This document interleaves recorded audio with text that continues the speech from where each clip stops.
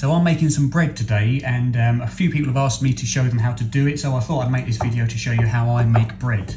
It's the same way I've been doing it for the last 7 or 8 years or so, so hopefully the one time I decide to record the process, it doesn't go disastrously wrong, which always seems to happen for some reason, especially to me. Just added some light to make it a bit brighter in here. Next step, heat up some water. Just a disclaimer, if you're looking for particular measurements of ingredients, then you're in the wrong place, because having done this for 8 years, I just kind of go by my own judgment these days. But basically the rule is, if the dough's too wet, add more flour. If it's too dry, then add more water until it works. Doesn't matter. What's the worst thing that can happen? You make a big loaf of bread. That's done. Now we add the water to the sugar cube. Now you might be asking, why have I put sugar in there? Some recipes call to, because of course the first thing you do is you put yeast into water to get it to start activating. People sometimes say just put the yeast straight into the water. I always add a cube or a teaspoon of sugar, because the glucose in that kind of helps to feed the yeast. Just like any other living organism, they like sugar to work and live optimally. So I always add some sugar in, just to get the yeast just to give the yeast a bit of a boost to get themselves going. I'm actually going to make 2 loaves today, because a friend of mine wants one as well. So do I make one big loaf and then cut it in half, or one big ball of dough and then cut it in half, or do I do 2 separate ones? Probably 2 separate ones, because sod's law, it'll end up too small if I do one and cut it in half. Again, how much water did I add? I don't know. A little over halfway up the bowl. How big's the bowl? It's average. Where the hell did that bit of hair come from? Oh, it's under the bowl, it's not in the bowl. Right, so now we need to let this cool down, because if we add the yeast immediately, it's hot, it will die. So I'm going to leave this for about 5 or 10 minutes or so, or until I can comfortably put my hands on there without, scalding them to crap. So I suppose a good idea while that's cooling down is something I've failed to do up thus far, which is quite important, is go through all the, can you see my face? I don't know, the camera's facing me and the screen's the other side, I can't see. But it's go through the ingredients that you'll need, and there is 4 different ingredients, and that's it. Which is why I like making my own bread, because if you look at the back as kind of a shop-bought packet, it's full of crap. I mean, bread shouldn't last 2 weeks. It should go hard after the first day and stale, and that's the sign that it's real bread. Which is why I like making my own. I suppose technically 5 ingredients for water, but it's at the tap. So, yeast, flour, more flour. And if you can get organic, that's better, obviously, because there's less pesticides and things when they grow the crop. Make sure you get strong white flour or bread flour. It's the same thing, but generally if it's strong or quote bread flour, then it has more of a protein profile to it. What does that do? I don't know, but apparently it's better for bread, probably something to do with the yeast. Salt, or sodium chloride for those nerds amongst us. You won't need the whole thing, but that's just a reference point so you can see what it is. If you put all of that in, you will die. And extra virgin olive oil. Ideally, the best olive oil you can get is from one variety of olive. If you're looking for kind of technical health benefits, I don't know if this is or not, but I don't think it is. As long as it's extra virgin, you're good.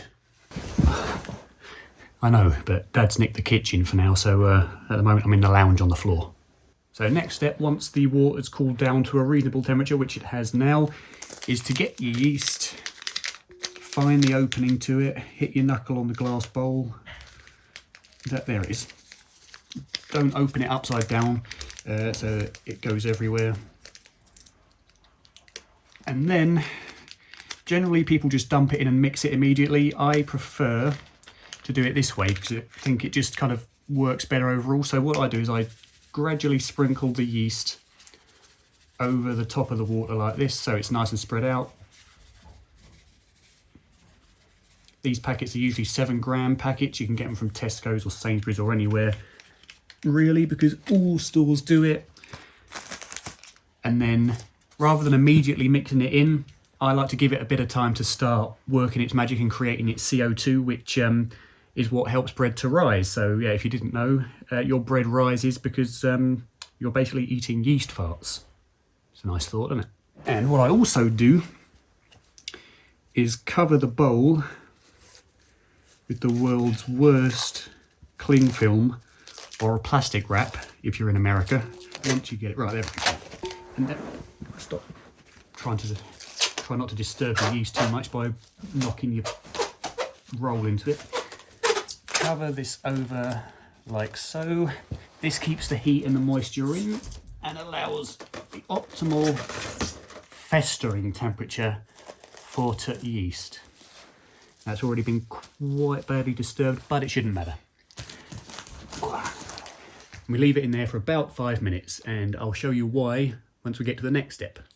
And I'll probably be back in the kitchen, so this yeast is going to get even more disturbed. Okay, so it's been a little over 5 minutes, so the yeast should be about ready to go now. And I've got my fork here, and what we're going to do is quite simply now give it a good mix. And you'll see, hopefully, the effect of the sugar plus leaving it. So let me bring this camera over now. So what we should see, once we start giving it a good mix, is a load and load and loads of lovely little bubbles. Look at that. That means the yeast is alive, well, and very active. Okay, next step is to start with the flour. Now we first of all add just a touch in, about that much. Won't do anything to the consistency yet, but it gets things going. And just start mixing that in, get any bits of yeast or flour that get stuck to the sides, which will happen a lot. Try and get some of those lumps out. There's a debate as to whether you should sift the flour in or not to kind of avoid some of these lumps. I don't know if it makes a difference. I've been doing it this way without sifting it for 8 years, and I've never had a problem with any of my loaves. Well, except for the first one that I did, which blew up.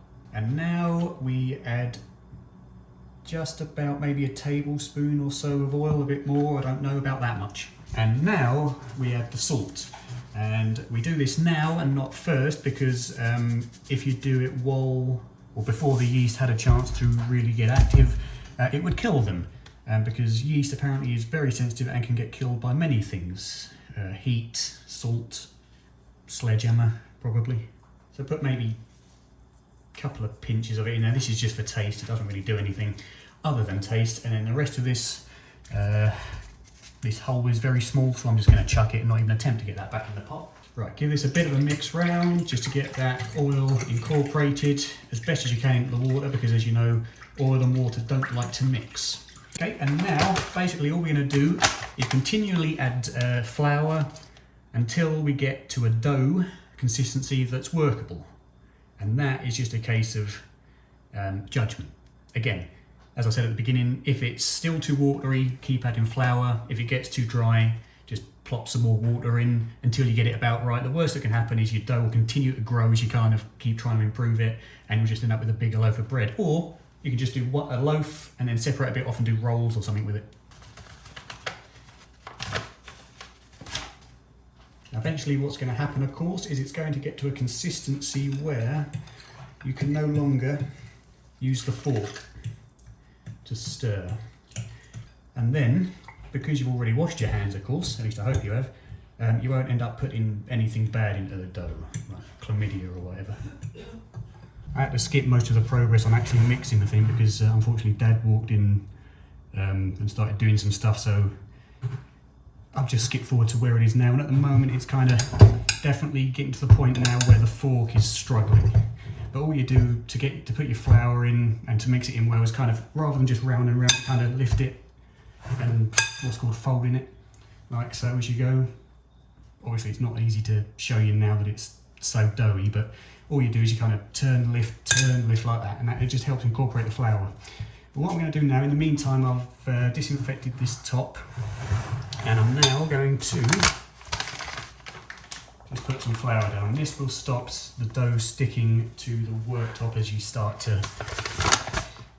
to knead and shape it. So that is what I'm going to do now.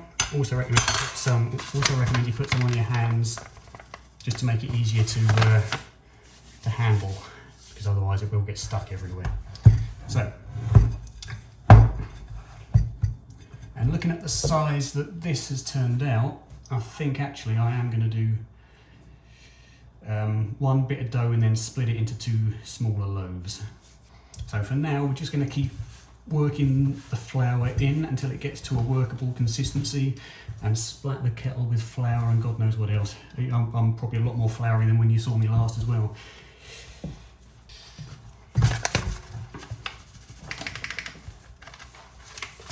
Don't believe it, but I think I'm going to need another flour. Another packet of flour, not a single flour. Also want to scrape out what's remaining in this bowl, not waste any of it because there is still some flour in there we can use. This is also where one of these comes in handy, or a silicone spatula or something like that. Let's get as much of it as we can. Plonk. And that will make it somewhat like the moon's surface, all cratery and lumpy, or a teenager's face. So now we just need to smoothen it out. And it's now at the consistency, it seems, where we can start doing what I'm doing now, which is kneading it. That is kneading it, not requiring it. And that is effectively a fancy way of saying fold the dough in half and push it, and then turn it and do exactly the same. So fold the dough in half, push it, turn. Fold in half, push, turn. And you just keep doing that over and over again. How many times? Until it hurts. You can apparently over knead it. I've kneaded it a load of times, I've kneaded it not so much. I've never noticed much of a difference, but generally I think the advice is around 50 times. Just keep going until you feel it's enough. The more you do it, the more you'll get the feel for when that is. And if it keeps getting sticky, as it seems to do, as it seems to be doing rather, just keep rolling it in flour as you go. And save the kettle from getting swamped. Turn, fold, push, turn, fold, push, turn, fold, push. And this is why traditionally farmers' wives have those big sort of biceps, because they just keep doing this all day.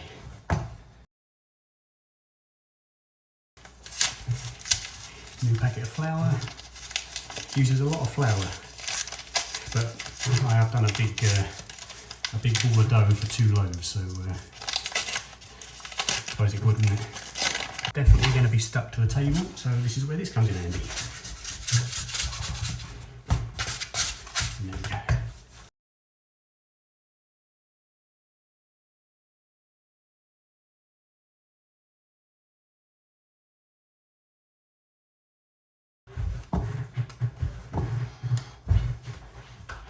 Right, I think that'll do.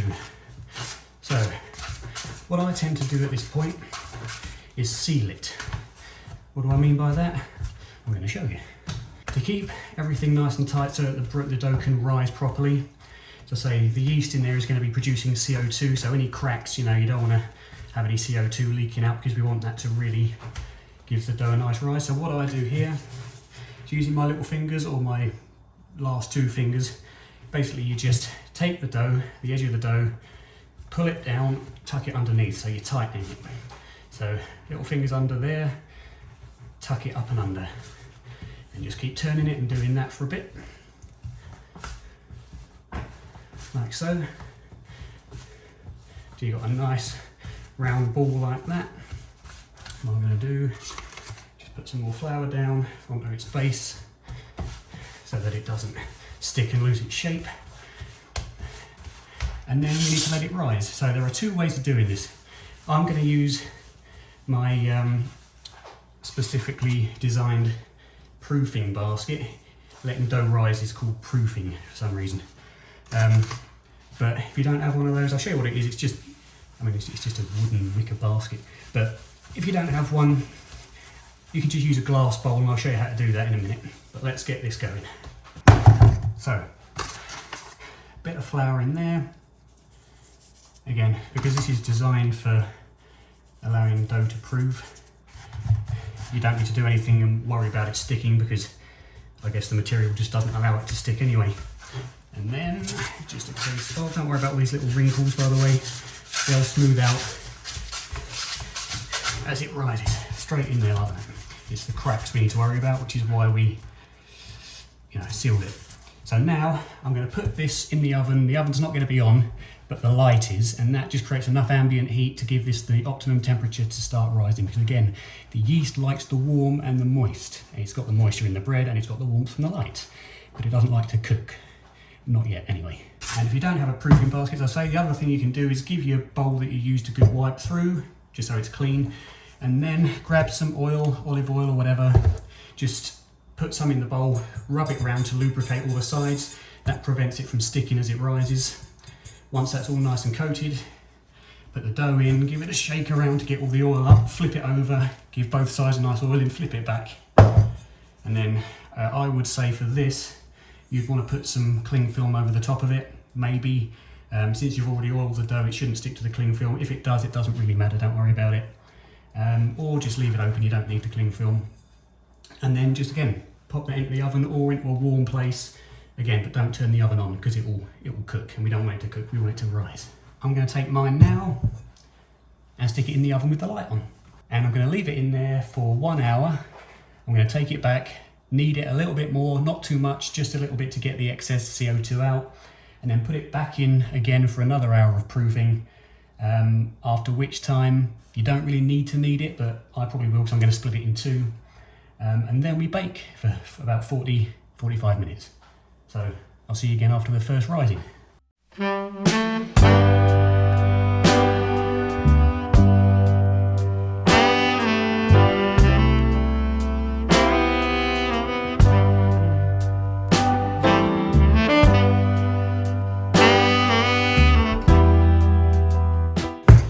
Went to Tesco's, and when we came back the oven light was off, but hopefully it still picked up the rising. I'm going to do it again for the second lot. Right, so now that this has risen, this is very wobbly with all that CO2 in there, which is good. So first things first, let's first of all rewash your hands if you've been touching stuff.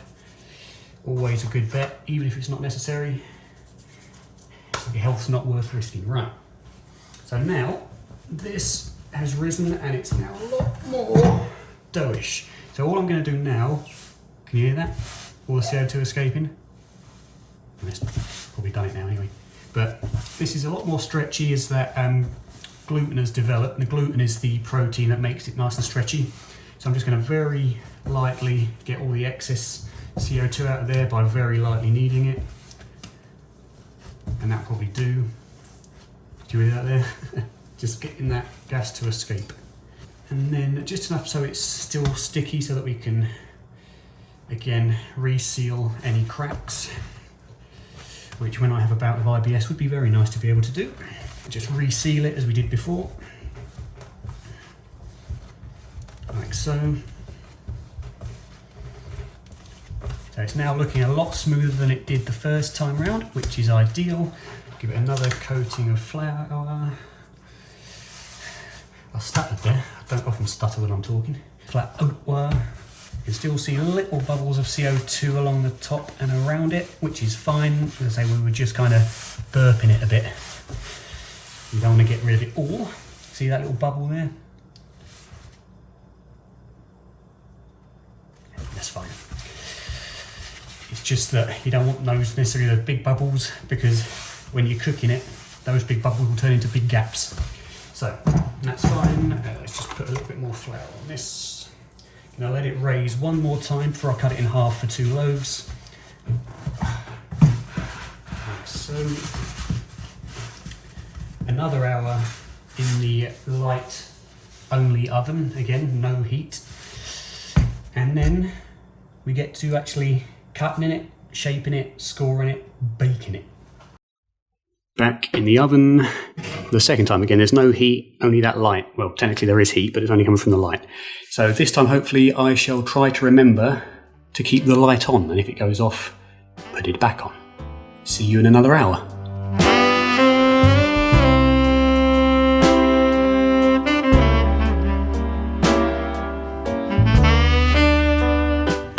Okay, so now that the second round of raising is done, all I need to do is, again, just very gently squash the excess CO2 out, and then cut it into 2 sections for 2 loaves, shape them, pop them in the oven. First of all, Let's again flour the surface down because it's since been wiped. And get the muffin out. The size of that. That's mostly ready. That's mostly CO2. Now, however much you do this depends really on how, I suppose, fluffy and holy you want your bread. The more CO2 you leave in there, the more hole you'll get in the loaf. The less, or the more you get out, the more dense the loaf will be. But we need to give it some work because we need to get that flour off of the surface so that we can shape it. Otherwise it just won't mix together. So what I shall do is now, where's my scraper? It's been put away. So I'm going to just quickly give this a roll to make it easier to cut. That's kind of what you want your loaf to look like. If you're going to do a large loaf, I'm just going to do 2 smalls. Cut it in half, like that. And then shape each of these into their own loaves. Just seal up all the cracks there, the cracks on the bottom. Again, just give it a bit of a mix around to get everything as uniform and as sealed as possible. So that's probably going to be the bottom and that's probably going to be the top. It doesn't really matter. Flatten that out. You can use a rolling pin, but you don't have to. I just find it gets annoying using a rolling pin. It's much easier to use your hands. There's one loaf. So 2 not perfectly same size loaves, but this is homemade for you. Homemade is not supposed to be perfect. Bread is not supposed to be perfect. What we do now is we actually prepare something first with some more hot water. Oh, it's already hot. Okay, cool. So let me just grab a cup. A bit more salt. To create a salt water solution. Now, anyone that remembers their time back at school, you remember doing this. We then leave it out for hours to see the crystals form, but we're cooking with it, so don't you worry about that. Right, so while that's dissolving in there,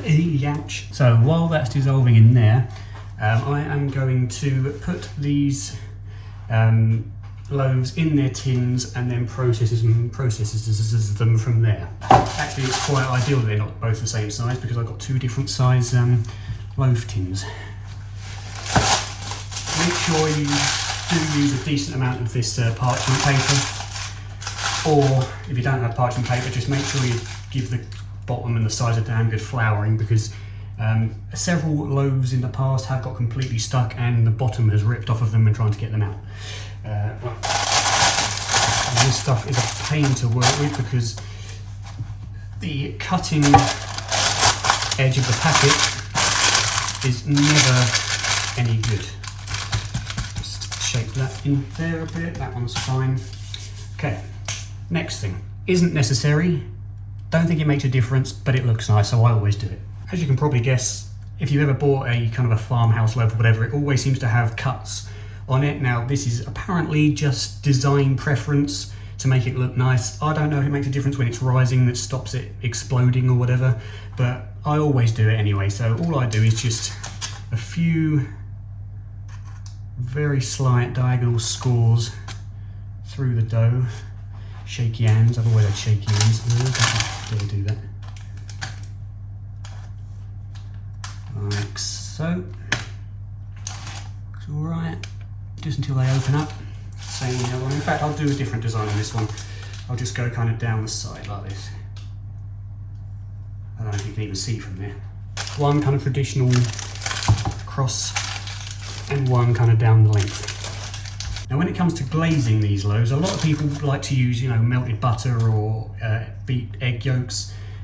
I've used them both, they're all perfectly fine, but I find that actually the nicest ones that I've made have been just glazed with salt water. And I think what the salt water does is the salt pulls out all the moisture from the top of the dough as it's baking, and just gives it that nice crispy kind of finish to it. So all we need to do is, if you've got one of these, just use that. If not, let it cool down a bit and just use your fingers.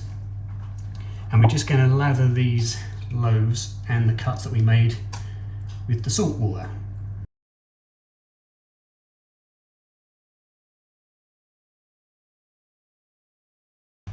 Second one, you want to give it a decent kind of covering with it, and because it's water it will dribble down the side and just kind of help to keep that crispiness across a good area of the surface area of the loaf. So the oven I have preheated to 220. My oven does have a bread setting on it. I don't know what the difference is, but it's got a bit of a bread on it, so I'd imagine it's good for bread. One last thing that I usually do, not many people do it from what I can see, but I've always done it, it's always come out well, is the following. Grab yourself an oven dish, just a small oven dish, and you fill it, not too full, you don't need much at all, but just with a bit of water, just like that. And then we're gonna put that in the bottom of the oven, and what that will do is that will start to heat up, obviously start to boil and create steam. And in theory, what that steam does is it acts kind of like a Dutch oven or a cast iron oven, I suppose, if you've ever used one of those, where what it will do is it will create this kind of steam bath around the bread and help it cook evenly, and again help crisp up that crust. So I'm going to put this in the oven now, followed by both the loaves.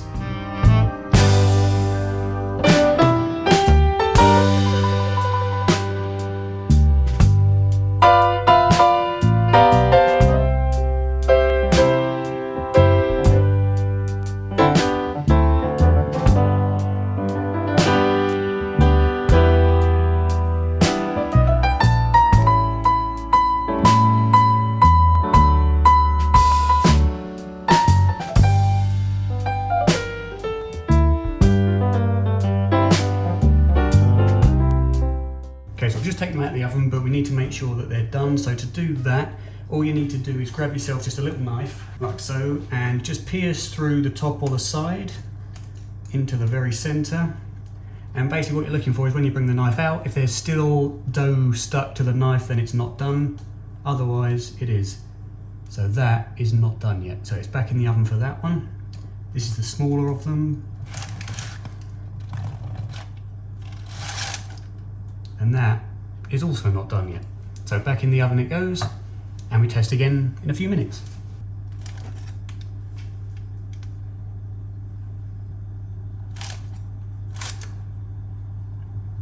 Nice.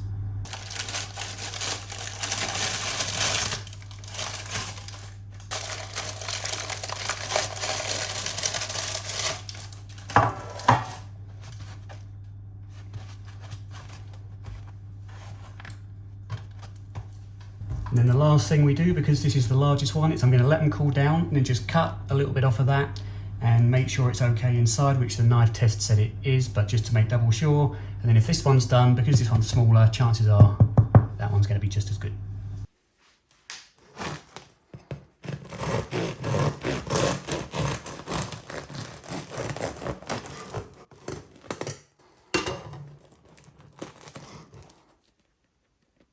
Perfect.